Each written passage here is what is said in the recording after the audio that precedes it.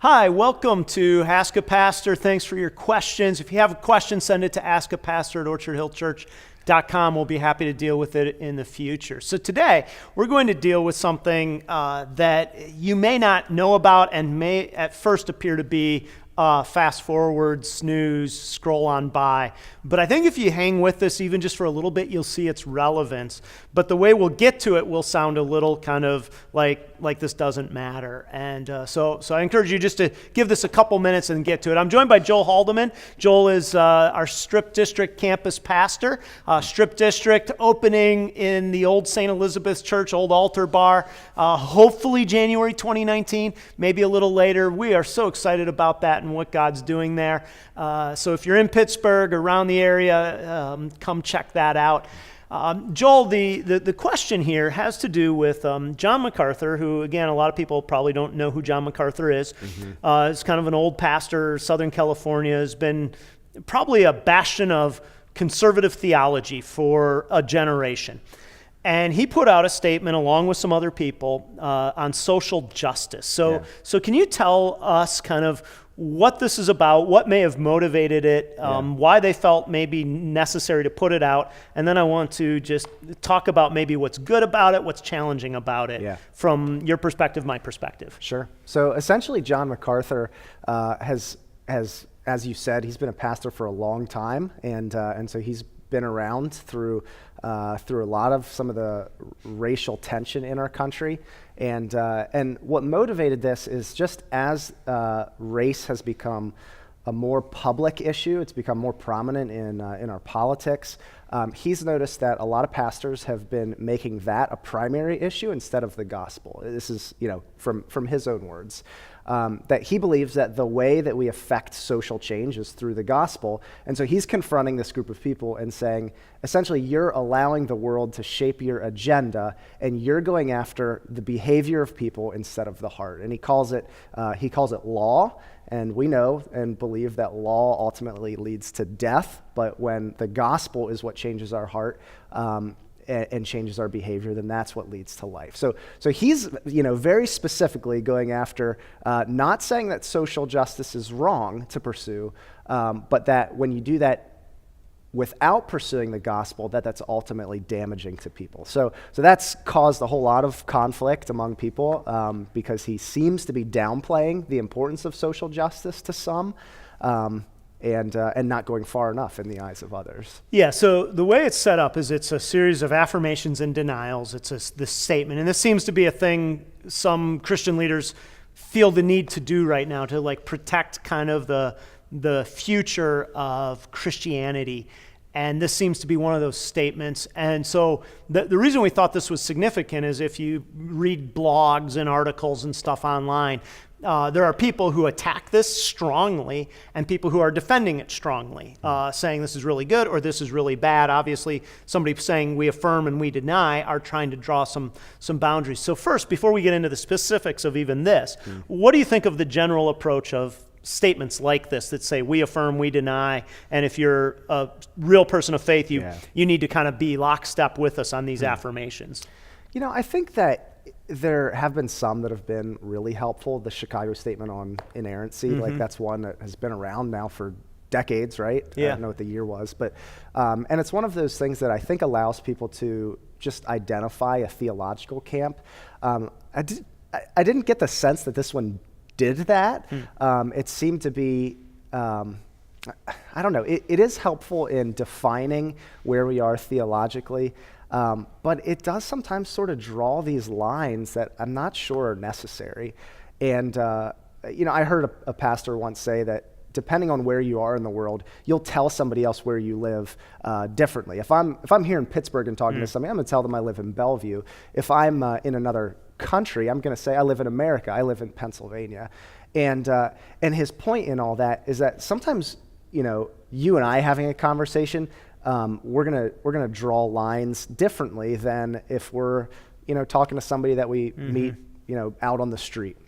Right. And so I think that this statement is helpful in a very narrow slice of the world, But I don't know that in general we need to, lay down, this is our perspective on biblical justice, and we're not on the team with everybody else. So that's Right. where I think, those statements are helpful, but depending on the context. Yeah, no, that's good. That's good. So what was good in this statement? Like, what were the helpful parts that would be helpful for people to say, yeah, that's probably something that would be worth kind of defining and holding to? And then the second part of that question is, what maybe is questionable or unhelpful? Yeah. I think in general, his just insistence that the gospel has to come first was really good. And I think that is important for, this is one of our primary values as a church is to put the gospel first.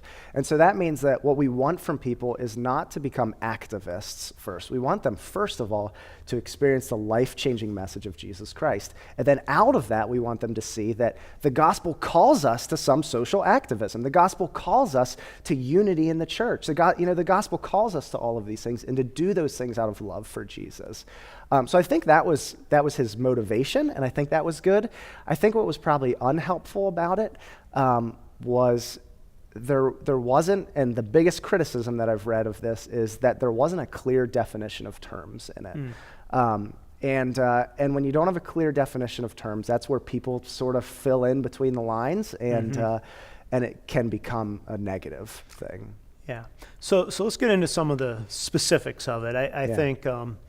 If I remember correctly, and I think you have a copy of it available right here, but one of the things that people have objected to is it seems like the statement went out of its way to say that no group of people is responsible for a past group of people's actions. Yeah. So basically, especially on the issue of race, when people say you as a white person today are responsible for past sins of white people against other people, other groups of people, other ethnicities, you don't have any culpability for that, and that it's wrong even for groups of people to call people to repent for what their ancestors did. What's your take on that? And again, that seems to be one of the dividing lines in this document where people kind of, a lot of it you could agree with generically, but this is one where people say, whoa, I'm not so sure about that. So what's your take on that? And his denial is, he says, we deny that subsequent generations share the collective guilt of their ancestors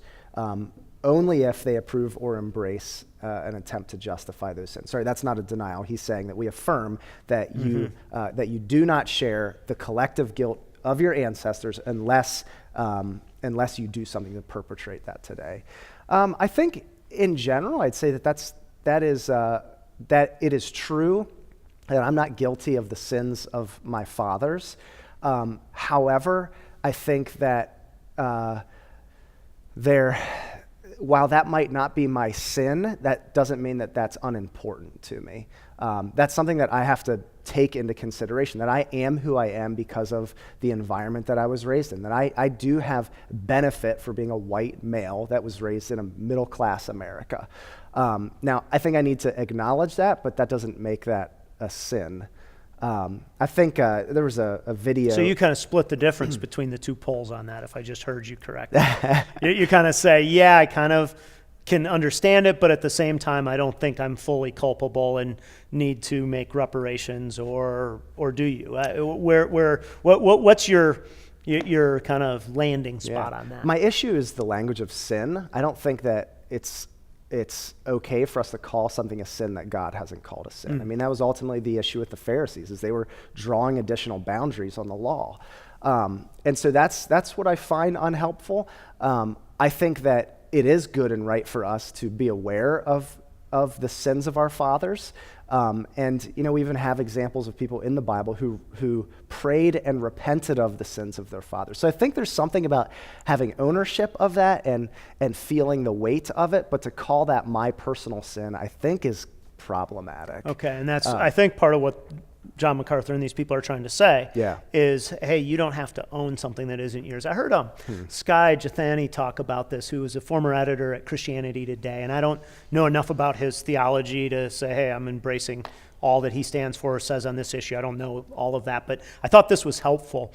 He said something along the lines of, if your dad went out and stole a car and brought it home for you to drive when you were 16, 17, 18 years old, and you took the car knowing that your dad stole the car and you used it to get a job and to build a life, you would be culpable for having benefited from it even though you didn't personally steal the car.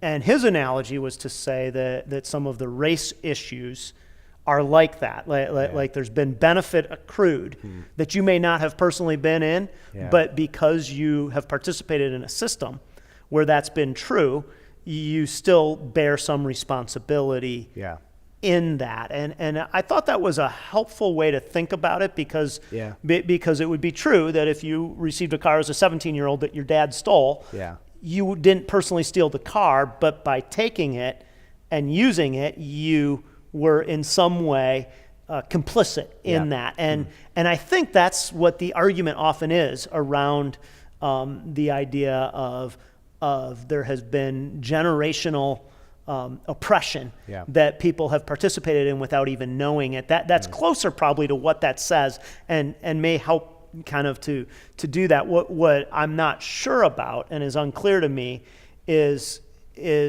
that example seems to indicate a willing choice to take it.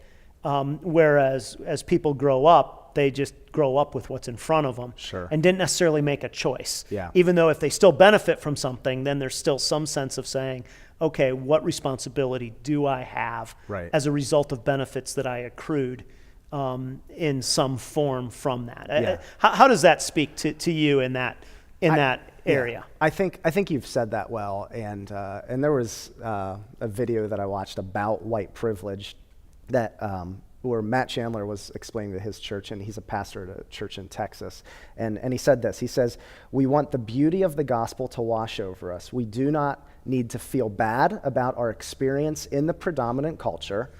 Speaking, to white people or males or whoever is defined by the predominant culture. We just need to be aware of it so that it does not shape how we interact with the world around us. I thought that was a good way of saying it, that he doesn't go after like you're sinful because you're a part of the predominant culture, but rather we want you to open your eyes and see it so that will affect your relationships with people today. That will affect how you think theologically, politically, socially. It will affect your relationships. And I think that's a good way to see that. Here would be another challenge I had with the statement. I'd be interested in your thoughts on this. It seems like it's set up a dichotomy between evangelism / the gospel and social justice that I'm not sure is entirely biblical. And I had a hard time going through and pointing to the words and being like, oh, right there it is, as much as just a general sense that said, if you preach the gospel, then you don't have to deal with the culture. And what's interesting is I don't think that John MacArthur or many of the signers actually believe that, because what they're saying, and I've probably said something similar to this, and that is laws don't change hearts, therefore we should focus on the gospel. The gospel will change hearts, therefore we don't need to worry about laws, worry about politics, worry about anything. But the reason I say they don't even believe that is on some issues they would say, oh no, we should fight for this to make the world a better place. And it seems to me, as I read through the Bible, certainly the Old Testament, even in the New Testament, that Jesus was concerned with both the vertical and the horizontal. He was concerned with how we relate to God, but also concerned with how we relate to one another and the implications of that gospel, and saying that part of rightly relating to God is learning to rightly live in the world and to be an instrument of justice and peace and a precursor to all that will be. And so I don't know about the division there that says one is good and the other is bad. I think the caution that John MacArthur was trying to bring is good, and that is saying if you get so into the social aspect that you aren't calling people to repentance and to deal with personal sin, that it feels to everyone like, hey, all we're doing is trying to make the world better. Come join us as we make the world better. You lose a distinctive piece of important theological understanding, which is in the atonement. As you think about the atonement, and that's a big word, but it just means Christ's work on our behalf, really. There is a legal aspect to it where we're declared right from something, but there's also this communal aspect to it where we become part of something that God's doing. And so it seems to me that this draws a hard line between the two. Totally. That I'm not sure is completely needed. What's your reaction on that? I mean, I would say that that's a massive part of the Old Testament. I mean, the whole second half of the Old Testament in Israel's history has to deal with the people not seeking justice. And so God, sends all of these prophets. Almost every single one of the major and minor prophets deals with the lack of justice in Israel. And the awesome thing about Israel is that was an essential part of their evangelism to the world, was be a just community so that the rest of the world will look in and see it, and that they'll want to stream to the temple of God and say, teach us about your God. Mm-hmm. And I just think that should be the case in the church as well, that we want to be a place that's so full of justice that in a sense is our evangelism. Not that we're not doing actual evangelism, sharing the gospel, communicating the gospel, but that there's just something about this community where people just see that God is at work. And you said it, that atonement or even reconciliation is another word where we would say that you could trace the theme of reconciliation from the first into the last page of the Bible. And of course we are being reconciled to God through Christ, but the other half of that is being reconciled to each other. God taking these, two different groups of people, Jews and Gentiles, and saying, you're one family. Now, be together and act like a family. I think it's beautiful. Yeah. What else in the statement either is worth commending or worth critiquing as you think about that? Yeah, I would say, without trying to give a blanket endorsement of the statement, I think that we have to understand that there's right theology, and then there's right words, and then there's right timing, and there's saying it in an appropriate way. And I think just because of the way that race and social justice has been such a prominent issue, that it's one thing to say, yes, the gospel is primary. It's another thing to go out of your way and make a statement about it in a way that divides the church. And we know this in our personal relationships, that it's one thing to have the right answer. Again, not trying to give a blanket he has the right answer. It's another thing to use that in a timely way, and to use it in a way that is emotionally sensitive. And so that's the challenge I feel in it, in that, yes, I agree that the gospel needs to come first, that the gospel should come before a call to social action. But the problem with being so outspoken in this way is it's making it sound like, even though it's not the case, it's making it sound like he's saying social justice doesn't matter. And so that's where I think we just need to learn to be careful about not only the words that we use, but the timing that we use them in. Okay, so if that's true, that okay, maybe this wasn't great timing, and it wasn't aware of the cultural moment and all of that, what would you say to somebody who says, hey, look, truth is truth, and the church is being hijacked? Because I think the people who would be very in favor of this would say the church is being hijacked by social concerns and do-gooders who say all we have to do is do good in the world, and we fulfilled our mandate. And so John MacArthur has done a solid, again, this would be somebody else's voice, this isn't my voice, saying he's done us all a solid by defining terms and saying don't fall for this kind of weak version of Christianity that just simply says go and do good and be good in the world, but we still have to call people to something more. And they would probably say this is the important cultural moment because this is when people are falling into those kinds of quote unquote churches that are cheapening everything. What would you say back to that objection? I would say rewrite the statement, and in the statement, don't even go down the road of, does this generation share in the guilt of previous we don't need to be outspoken on that particular issue. Be outspoken about, we believe in social justice. We want to bring about racial reconciliation. Jesus is the way to do that, and make that the primary message. And all this other stuff that he knew when he wrote it was going to ruffle feathers and get people upset and cause division. we just don't need to deal with that in such a public statement. That's a good conversation to have. That's a great conversation to debate. But to put that in the statement on equal footing with the gospel comes first, I think was probably a mistake. Okay. And what would you say then is important for the church, especially white churchgoers? Yeah. I'm a white man, you're a white man. Unless we want to go and do DNA tests, we might have something there. That's a political comment. See, everything's political at some level. But what would you say to white churchgoers who are saying, I do want to be socially aware. Yeah. I want my church to be socially aware. I want to be faithful to the gospel. I want to do all of that. Yeah. What's the answer then? If it's not kind of all the way in John MacArthur's camp, all the way in the, hey, it's all just social justice and he has some valid critique. What's the real answer? I think one of the most important things that we as white men, white people can do is to befriend somebody who's not white and be able to have open conversations with them about stuff that hits the news, stuff like this, theological things.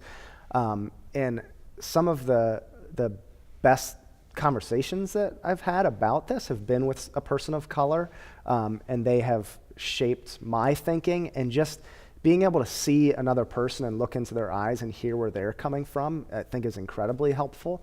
So that, and then I'd say secondly, just an awareness that your car illustration is a good one, just an awareness that in some sense that is true, that we benefit from being a part of the predominant culture. And just recognizing that other people, just because of how they were born or how they were raised, they have a disadvantage that we don't have. And I think just that awareness is key. So some people, again, will push back, and I'm just going to play devil's advocate here last time and let you off. Some people would push back and say, maybe that was true 20, 30, 40 years ago, but today, if you can, and I kind of joked about, if we do a DNA test, we might get admittance to something better, get a scholarship, get something, would say actually being of a minority culture in our society with all of the helps that are there might actually be a benefit, and being in the predominant culture might actually be more of a problem. How would you respond to somebody who raises that objection? I would say that they probably need to become friends with somebody who's a person of color and have that conversation with them. Because that's something I think that white people say. I don't think that that's something that many other people say. So I would push back on that a little bit and say, there is a slice of people of color who benefit from affirmative action and some of this other stuff. In large part, people's life course does not necessarily benefit from even government handouts and that sort of thing. Like it might help them for a season. Does it set them up in a way that being a white guy born to a middle class family does? Probably not. Well, good. We're going to need to leave it here. Joel, thank you for the conversation on this. And again, send questions to askapastor@orchardhillchurch.com. We'll be happy to deal with them in the future.